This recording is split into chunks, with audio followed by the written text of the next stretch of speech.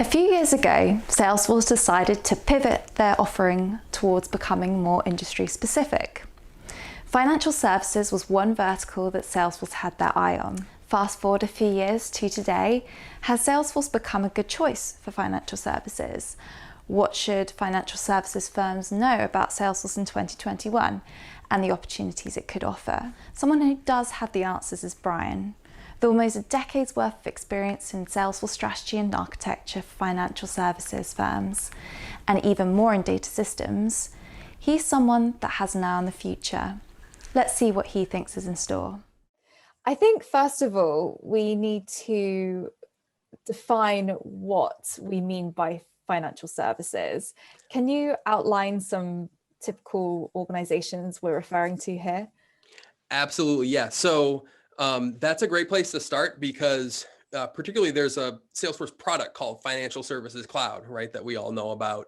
And we'd say in general, it applies to obviously the financial services industries, but there's different sort of subsections of that industry that it was really originally built for, and still a lot of the use cases really apply there. So in terms of like at a high level, when we talk about financial services, there's a whole bunch of different types of businesses in there. Okay, we've got like sort of the big folks that you think about when you think about like Wall Street firms, right? So you've got like mutual fund companies, money managers, asset managers, right? The Fidelities of the world, the folks that run the mutual funds that people invest in.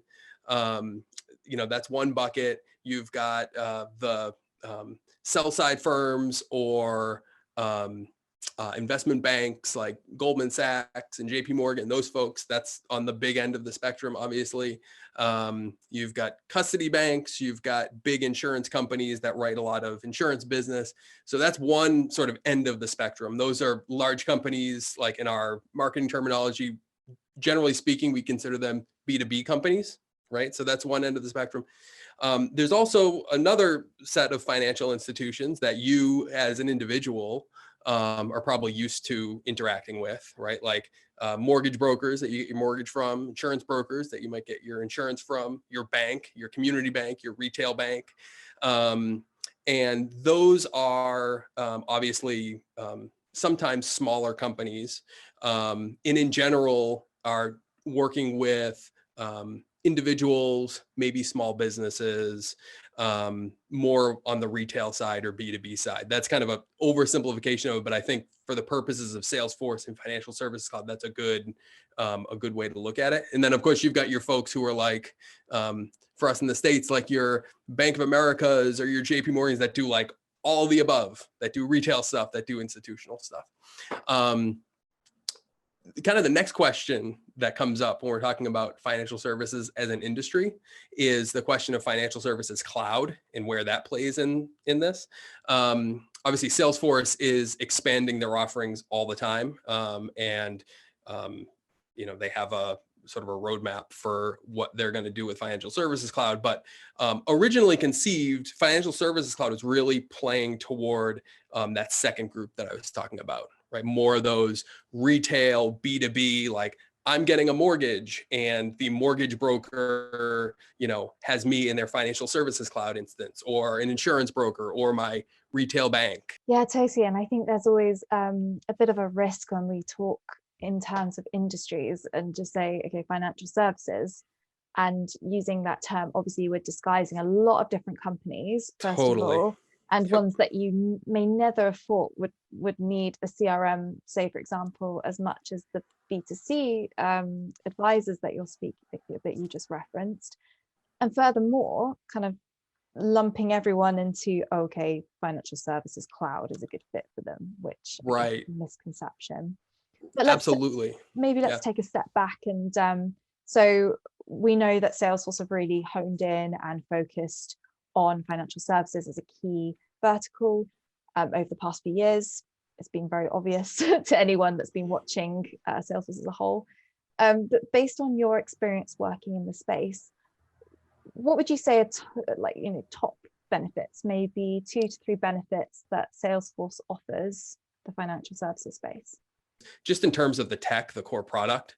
I think we in the Salesforce ecosystem kind of take this for granted sometimes, but the tech is fantastic, right? Like when you compare it to other pieces of software out there, like the user experience, like especially now with Lightning, like it's just very, very good. And when we're comparing it to other even CRM tools that, retail financial services institutions are using, like Salesforce, just in terms of features and user experience, is just really, really great. So that's the first thing. The second thing I would say is the amount of integrations within Salesforce is obviously very, very strong. And when I say integrations, I'd talk about integrations within the Salesforce ecosystem and integrations outside of the Salesforce ecosystem. So when I mean inside the Salesforce ecosystem, we've got core Salesforce CRM, right? But then there's marketing automation tools like Pardot or Marketing Cloud, right? Which are, you can kind of debate whether or not they're integrating with Salesforce or they are Salesforce, but there's other tools that you can play with Salesforce CRM. There's also Community Cloud, which basically allows you to create, for lack of a better term, like a web portal that your customers can interact with their data, their Salesforce data directly. So great tools there that are Salesforce tools that plug into the core CRM system. That's one side of the house. The other side, there's a number of obviously industry tools. I mentioned Jack Henry as one. There's a tool called Abrigo, or it's a company called Abrigo. They have a tool called SageWorks, which does loan management and loan processing. We have a client that recently implemented the SageWorks Salesforce managed package to integrate the two. So there's integrations when you're dealing with like a best-in-class platform. There's a lot of integrations out there, either managed by Salesforce or not, which are great. And the third piece that I would say, and Lucy, this probably isn't a surprise to you, like the Salesforce community, like in terms of talent and sharing and resources that are available, either online or in person, whenever in person starts happening again. Like there's just a lot out there in terms of talent, documentation, communities, all those things that just make, as you know, when you own a big CRM system, knowing that you can reach out and get help either for your internal staff or external, like it's very, very strong thing on the Salesforce side. So that's what I'd say in terms of kind of top of mind benefits. So what opportunities do you think Salesforce will offer, Salesforce as a platform will offer financial services firms in 2021? Like what competitive advantages could they hope for? Yeah, I think that a few things to keep in mind. First is just your sort of bread and butter CRM type things that we think about, right? Like this year in the United States, the Federal Payroll Protection Program, PPP as people call it, was a big thing in the States this year. It was a federal program that gave loans or grants to small businesses to help them, stay afloat during COVID. For retail banks, community banks, credit unions, it was a huge opportunity and a huge operational challenge to process all these loans. Obviously, a tool like a Salesforce, not only do they give you the tools, but they also have a bunch of thought leadership in this space in terms of how to do customer relations and processing for these types of use cases. So that's one. And I mentioned Financial Services Cloud, which is another one. But I'd also think about sort of things that maybe until recently were a little bit maybe considered aspirational things in the CRM space. So I mentioned before Pardot, Marketing Cloud, and Community Cloud. So I consider those things to be more on the customer experience side of the house, right? Like if CRM traditionally has been about back office operations and helping your sales and your service team, individually work with clients and prospects, customer experience on the web is about giving your customers and prospects better, more robust digital experiences. And I think that's where like the leading firms are going. Do you think there was a real scramble when the pandemic, the effects of the pandemic hit? And do you think people reevaluated the importance of CRM, or were there other more pressing priorities? Don't let a crisis go to waste, right? Where with all this change going on, you saw it in the remote work that a lot of companies are doing, maybe for years and years and years, they talked about remote work. And then all of a sudden in 2020, they need to actually like really significantly take action on. I think in the CRM and digital space, it was the same thing, where companies were in the course of 3 or 6 months were automating processes, doing things in Salesforce or doing things in, their marketing automation tool, or even with digital experiences, whether it be simple forms or things like Experience Cloud. They were doing a lot more very quickly than they probably expected to. So definitely. And again, I mentioned the PPP program in the United States. Huge inflow for a lot of these banks of loan applications that they were processing. And technology was really, how a lot of them were able to do it successfully.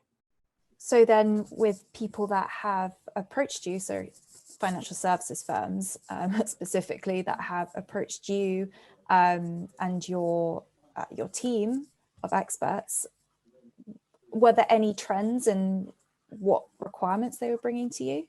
I think for a lot of firms, it was like, okay, we have an influx of activity. We have an influx of, let's say, PPP loans that are going on. Okay, how do we get our internal business processes and house in order so we can process these successfully? We can process these quickly. We can process these in a way that reduces risk or manages risk, right? So that's the one side. But then it's like, once you get the data and the processes in shape on the back office, then it's like, oh, wait, we can do, when there used to be maybe a person who was working with people to fill out applications or process applications. Oh, wait, now we can transition this, some of these features to Experience Cloud, Community Cloud, and people can do more of customers can do more of a self-service model, which is really exciting because it's for us, like in the CRM space, for a long time, that's been a bit of a holy grail, right? Where you can automate things so your people don't have to do them, or give clients, customers direct access so they can do it themselves, but do it in a way that's user-friendly, that's seamless, that's on brand, that's like manages risk and make sure the information that you're getting in is good and sound. So I'd say those are the use cases that we heard a lot about this year. Yeah, I'm just hearing the word risk a lot. Risk. Yes.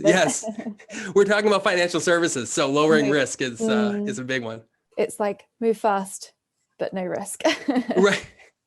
Right. And it's like your definition of risk changes at different times, right? During COVID, when you got PPP, your definition of risk changes. I worked for a big asset management company, that big ETF provider, and our definition of risk changed as that crisis happened and as like the government response happened. Like your things that you need to do change, and they change very quickly.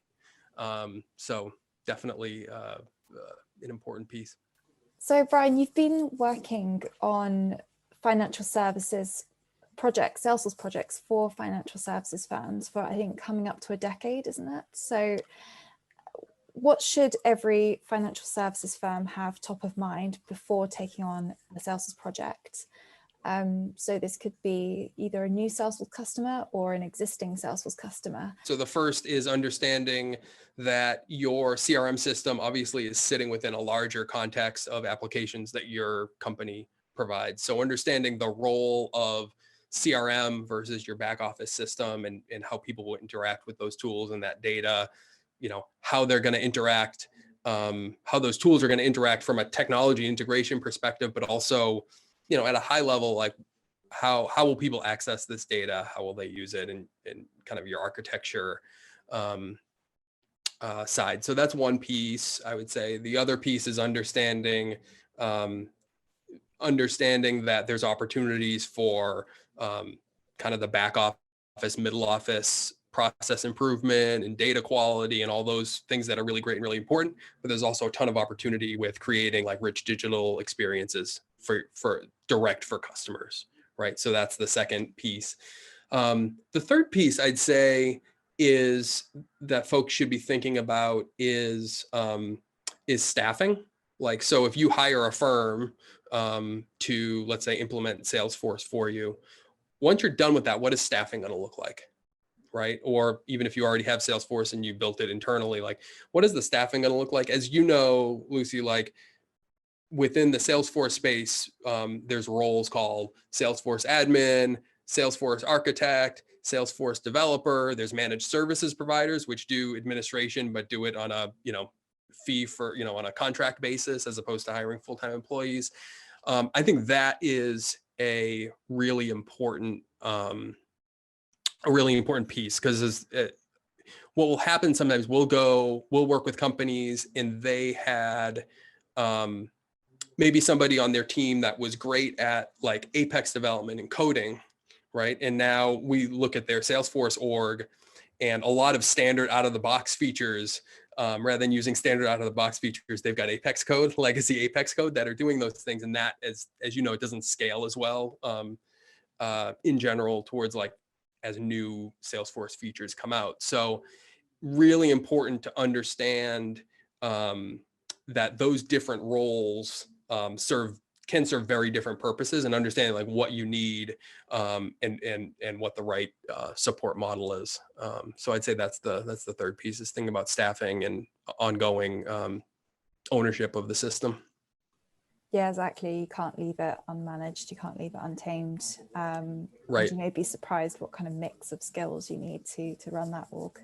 Right. And the thing is, for a lot of folks, like clients will reach out and they say, hey, we have this Salesforce org. Do you have any developers, or do you have any great architects that you recommend? Because we need to hire somebody.